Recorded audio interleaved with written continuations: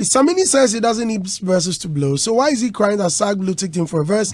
Anyway, Sark's mentality is really enviable because how he's able to compose himself and not lose it, even on air, Charlie. I love him for this mindset. Speaking of Samini, so yes, he's on air. Yeah, there are certain things he says he wants to clarify. Samini, thank you very much for joining us. How are you this morning? Yes, Andy Dusty. Greetings and greetings to everybody in the studio this morning. I'm doing great, thank you. Okay. And I hope everyone is good too. Yeah, we're very well. So, for me, I woke up to see your tweets, and it was everywhere. Yeah. Right. So, for clarity, what has Sark done to you? This whole thing started from Twitter last night when I just told fans to ask me any question they would want me to answer. So one of them came with a question about whether or not I would work with Sark again and when was the last time we worked. So I said point blank that I don't think I would need a verse from Sark, but if he ever does need one, I'm not going to do it because I have my reasons why I said that. So I was telling him because I know the person that's asking me is obviously a Sark fan and a Samini fan and would want to see that collaboration happen. I have a few instances where Sark has disrespected me, but I didn't bring it out in public. But from how Sark Nation has risen on the Twitter thing and are disrespecting me even further for me coming out to spill the fact that something was done to me some years back that I didn't feel good about. But then I just felt like at 41, I don't have to hold anything back and I don't have to let anybody feel special in their corner when I know that I felt shortchanged. First of all, when Sark sent me the track for Love Rocks, I did it under 24 hours and sent him the song. Then somewhere along the line, I was in London. He sent me a certain track. I was down in Cuffley in the studio. I did it under 24 hours and sent him the verse. Ask him, anytime he sends me a WhatsApp message, it takes me, less than 5 minutes. I'm good on communication. I don't know about him. It takes me less than 5 minutes. I'll respond to you. I'll tell you the truth, what I'm about, what I can do and what I can't. If you message Sark, he would not respond. And I heard Kwalketi also complain about that. So I thought, okay, maybe that's the way he is. No problem. He's not my friend like that. And he will attest to that. Like, we don't talk. We don't call each other. There's no reason why we should have a beef. Nothing. But my thing here was that when I did everything that he ever asked me to do in time and on time, I expected that he would know that my principles towards work is such that if you can do it, let me know you can. If you can't, cool. I sent him, he expressed interest with my own remix. So yeah, I sent him the original beat, the reggae beat. He did his verse. They sent the files. And then I put the files on a remix beat. Obviously, he wanted to be on the original beat, but I thought that would distort the history of the track because I have the original track, which is me by myself, and that's how it was a hit. So if it's a remix, if a remix is an interest, let's put it out, but let's put it out as a remix.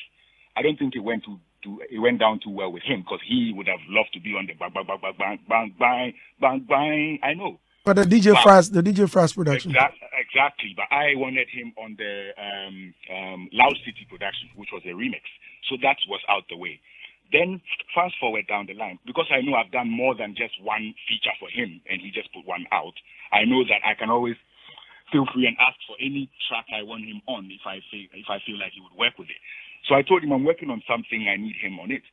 And he said, okay, send me a few, let me see what I feel about them. I send you 3 tracks, you choose one. And then you ask me, is it an album or is it a single? What are you doing? I'm like, yeah, I'm working on an EP, and this is the very last track. We were talking in, I think, in April or something, and I wanted to release the thing in July. I told him this is the very last track. He's like, cool. And then fast forward down the line, Sark never responded. He never said anything about the song. He never did the song. Anytime I would ask what's up, it's a blue tick.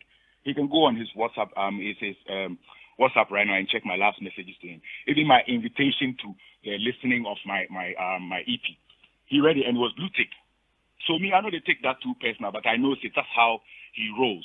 But when the fans came at me, like, okay, why am I feeling too entitled by saying, hey, I asked him for a verse and he didn't do it? Here's the background to what I mean by I would not expect to do anything with him, because if I ask him for a track or if I have an arrangement for him to send me a track, he would delay me. But I don't delay people. Luckily for me, I don't need anybody's verse or anybody's chorus to make a hit song. You can play my catalog. The only song I have on my catalog that's a hit song featuring someone else is Wizkid's Time Bomb. Yes, reverse the roles. You can tell me how many sax songs that has people on there. That's what I told his people on the Twitter platform, because they were getting me furious by making me feel like me from 2001 is kissing sax backside, sax from 2009 for a verse. When fans are those that ask for these things, otherwise, I per se, if you check my catalog, I would not need an additional voice on my song necessarily to make any waves. When I put him on my own remix, where did it go? It could not surpass my own itself. That is the strength I have over my creativity. You know, I don't have anything against Sark, which is what I said in the tweet. Okay. But I was offended the way he treated me, and that is where I pegged him from that time till today. I don't message Sark for anything. He doesn't message me for anything. Okay, Samini. Going forward, I would not seek a verse from him, knowing how he can delay and distort my plans. Okay, so Sark, all right. So with all this, so your fury is not about Sark, but rather the fans. Is that what? Yes, it's not about Sark. It was about the fans, because I explained to one fan who asked me a question: would you ever do a song with Sark? And I don't feel like it's time to close. Throw dust into people's eyes or cover people's deeds to make them seem like everything is calm when it's really not. There's other people in the industry who have done serious things to me that I've been quiet about. You see this Appear 2 and 5-5 issue. I have a classical issue that I don't want to even talk about right now. But one day it will come out, and we'll have to mention names and show who has been on road with someone's album forever and didn't pay a dime for it, and went and put it online and said it was theirs 100% when they know who the executive producer is. Have I come out to talk about this before? No. Yes, so I'm not like emotional, just ranting about things that hurt me. But if I'm asked a question and I feel like this is the time to educate people and let people know how people are actually treating people on the ground as compared to how people make it seem when they come and they sugarcoat things. Sark, you know, force for me. He did a baby, listen. You know, force for me. You be my small boy, you know that. We did on the Sark was the first guy that rapped and said he wants to blow and become like Samini in one of his very first raps. Later on, when he went out and said, "Kobisa Yogi Dogi de Sonny Bali de Kobisa Sonny Bali de Yogi de Samini," I mean, besides he said, "Then Yogi de Samini." No, after about radio, so they asked him. He said he's not really a Samini fan, so he doesn't really listen to the songs like that, so he doesn't know the song they're talking about. Same guy that said in his earlier freestyles that he wants to be like Samini. Guess what? Here is the Samini in 2023 still, my guy. Don't play. All right, Samini. Well, thank you very much for talking to us. I'm so grateful. It's a forum. It's a forum. If I'm privileged, I would like to hear a response from my brother. Say he's there in the studio. We'll have a conversation. All right. Okay. So he says, well, if you heard him correctly, he says you will have a conversation. Well, thank you very much. No, we won't have a conversation. Hello. Okay. No, people might think you cut him. Right. Sorry. People might think you cut him. People might think. When they call him again, just so that people don't read. Right. Because I please, if you can call him back, I'll be grateful. And you just if they're like, no.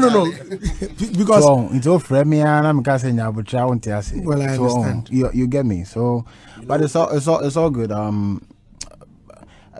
Him feeling like that, I don't have any control over that. I can only say sorry to how he feels, not necessarily because I agree with everything he's saying, but if that's how he feels, I don't think I have any. But my dream creating the things that he's talking about, and to make some things clear, I said in the beginning, I treat things differently from how people would treat things. So every person in this industry has some. I wouldn't call it pain because I don't care, because that doesn't mean that it doesn't happen to you. Everybody has something happening to them, So I get it. He has expressed. If you want to take people to call and say, Sarkodie does things for me quick, you have 1,000 people who also say it. And then you have some people who also say, what I say? I told Bulldog, it's about the music. I just recorded, not because the music is not good. You could hear a song that is so good, but maybe you don't hear yourself. You're trying to find a pocket in the song, and then one day you do it. And then some songs, when they send it to you, it's like 2 seconds. Probably if I send you a song and then you really loved it in that moment, you did it.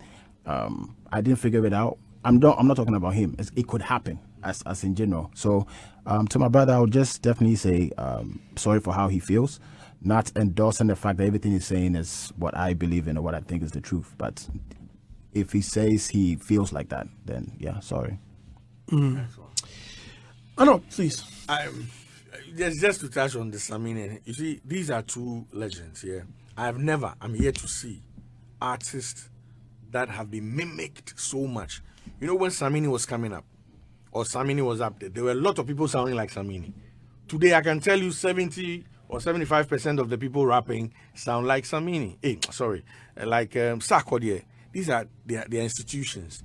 I'm hoping this morning will set a new tone for them, you know. And clearly, I mean, Sark has apologized. So, Samini, I beg, big man, after here, we could just link up and see what's up. You know, no bad blood. Thank you very much. I appreciate that. Martinez? Boss, okay, let me ask, when are you guys also hitting the studio? With who, Sark? Yes, you and Sark.